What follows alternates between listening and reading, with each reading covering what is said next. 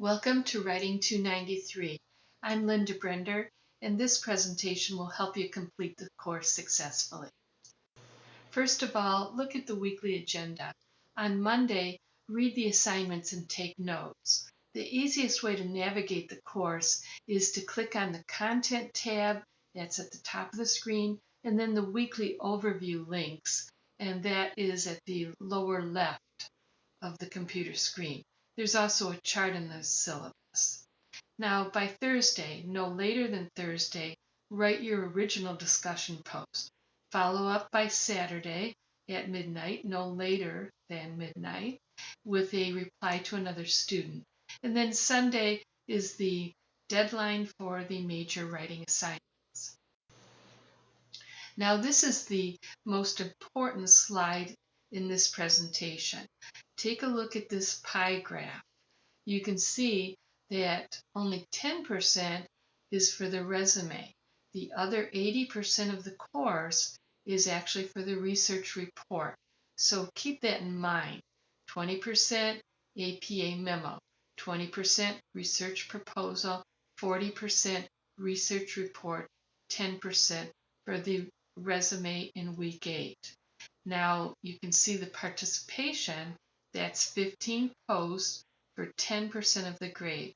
Unfortunately, there's some students who skip this slide presentation, and they work very hard, very diligently to write the 15 posts, and they think, well, they would have enough to at least pass the class, maybe get a B even, but they've only earned 100 points out of 1,000.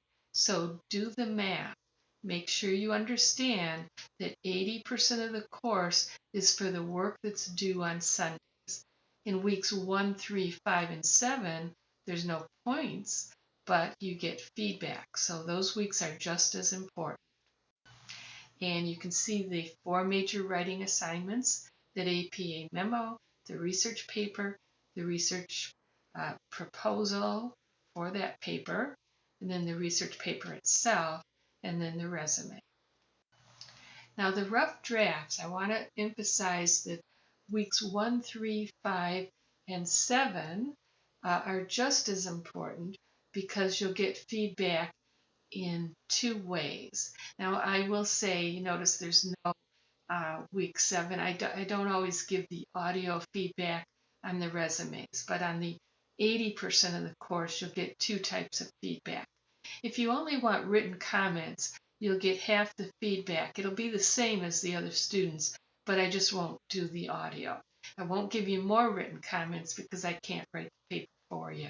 I can only give you just so many comments in writing. Now here's the business case scenario. There's only one workplace that really is going to use APA all the time, and that's a scholarly publishing firm. So that's the situation you're in. You're an editor in a scholarly publishing firm in weeks 1 through 6.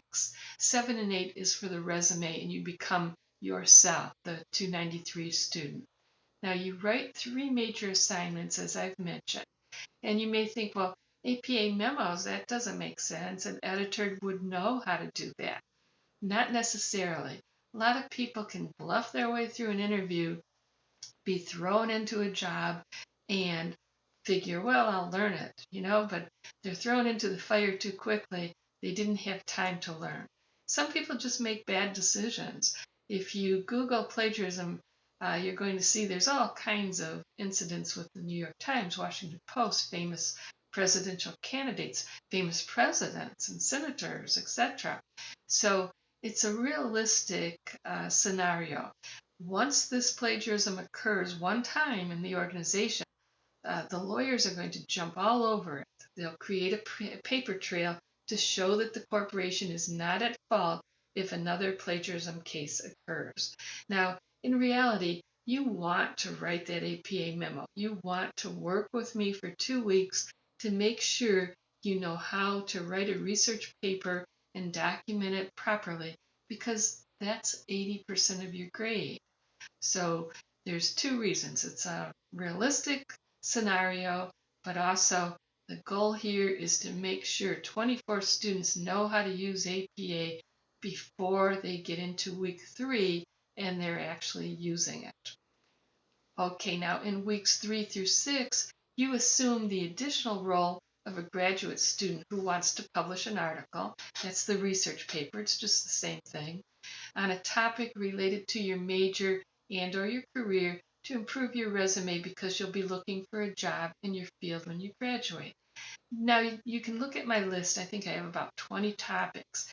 If nothing appeals to you and you don't want to write about your major or your career, you could also consider a hobby or a community service interest that perhaps could someday become a freelance job for you. So write to me. I want to make sure, if you don't see a topic you like, that we brainstorm and find one for you. Now let's talk about the discussions. Remember, they're only worth 10% of the total grade, so allocate your time accordingly. Of course, we want to have a great discussion. It improves the quality of the course for everyone, but don't spend so much time on it and think, oh, I did all the discussion, so she'll have to give me a C. That's 100 points out of 1,000. That's not going to work.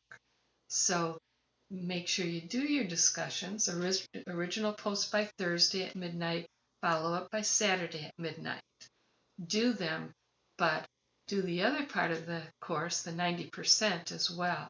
Now you'll see I have a reading highlights discussion every week in all 8 weeks. This is your opportunity to write about the things that interested you or puzzled you in the readings. You can become the discussion leader. It's the student-centered part of the course, and I think it's very important. So important that if you write 7 weekly posts, it can replace 1 week of the graded discussions. Now that would be 1 post in each separate week. Okay, you can't do 7 in 1 week and say, okay, that'll work. You have to start with week 1 and keep up with it. There's 2 reasons to do this. 1, you're the student leader and you can discuss what's important to you. And 2, it's the only form of extra credit in case you can't get to the computer for a week. It's your insurance policy. Now, there's 4 ways to ask questions. Write an email, call the number on the syllabus, post in the questions discussion, or write and call and post. Do it all, okay? If you have any questions, I should say there's only 3 ways, but you may come up with another way as well.